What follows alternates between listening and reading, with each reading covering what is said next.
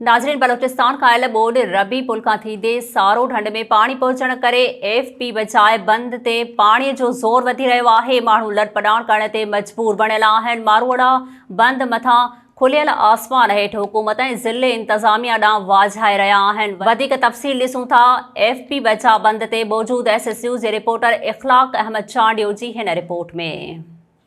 जी बिल्कुल, बलोचिस्तान का ईंदड़ सैलाबी रेलो हिन वक़्त सारो ढंढ में पहुची चुको है। काफ़ी तादाद में पानी पोइते आहे जेको हिन वक़्त आस्ते आस्ते अचण शुरू थी वियो आहे।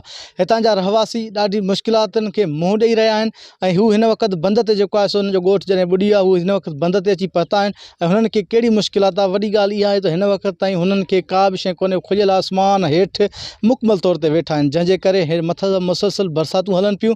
केतिरी हिननि जे लाइ परेशानियूं, नंढड़ा ॿार बच्चा।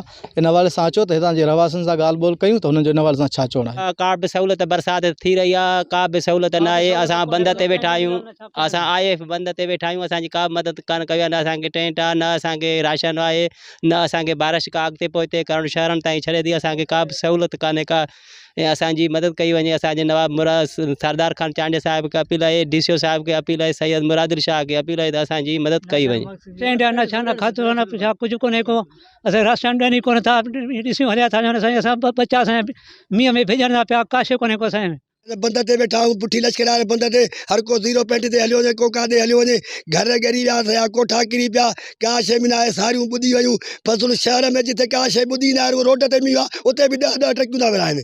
असांखे कहिड़े ॾोह मूजिब नथा अचनि। ग़रीब मारूड़ा माण्हू तव्हां पाण मीडिया वारा ॾिसो था, सखड़ा मन आहिनि, का शइ बि कान्हे। असांखे रिलीफ छो न ॾिनो वञे थो, छाजे करे नथो वञे। कुझु बि न आहे। हूंदा हुआसीं छावड़ी में, वॾे पंहिंजा कोठा हूंदा निकिरी आया आहियूं। इहो मींहुं ॿियो महीनो आहे, झक वधू बीठो आहे। मथां हुजे छांव का हुजे, तंबू को हुजे, मथां विझूं छा विझूं। कोठा किरी पिया, फसल रुता, लखनि जा फसल वया, माल वया, काॾे वञूं असां। बचड़ा नंढड़ा हाणे मरनि था मींहं में पिया, असां काॾे वञूं। असांखे न हिते को रोज़ आहे त को खाऊं, रोज़गारी जा को पाणी मिठो आहे हिते पीऊं। इहो आहे शाखुनि जो था पिया छाणियूं पीऊं पिया। असां काॾे वञूं, नंढड़ा बचड़ा असांजा, असां काॾे वञूं। कुझु बि न आहे त को असां मथे छांव करे वेहूं। हिते नंढड़ा ॿार जंहिंजी उमिरि 1.5 साल खां 2-3 साल 4 सालनि ताईं हुजे, खुलियल आसमान ते मथां बरसाति हले त केतिरो ॾुखियो अमल आहे। ऐं हिननि ताईं हिन वक़्त ताईं राशन न पहुतो आहे, जंहिंजे करे हिननि खे ॾाढी ॾुखियाईनि सां मुंहुं बि ॾियणो पइजी रहियो आहे। ऐं ख़ासि करे राशन न मिलण जे करे हिन वक़्त हू फ़ाक़ा कशी जी ज़िंदगी गुज़ारण ते मजबूर आहिनि। हुकूमत सिंध DC खे घुर्जे त हिननि जी मुकमल तौर ते वहार करे हिननि ताईं रिलीफ फंड ऐं टेंट विराए ॾिना वञनि त जीअं हिननि खे बि परेशानी सां मुंहुं न ॾियणो पए।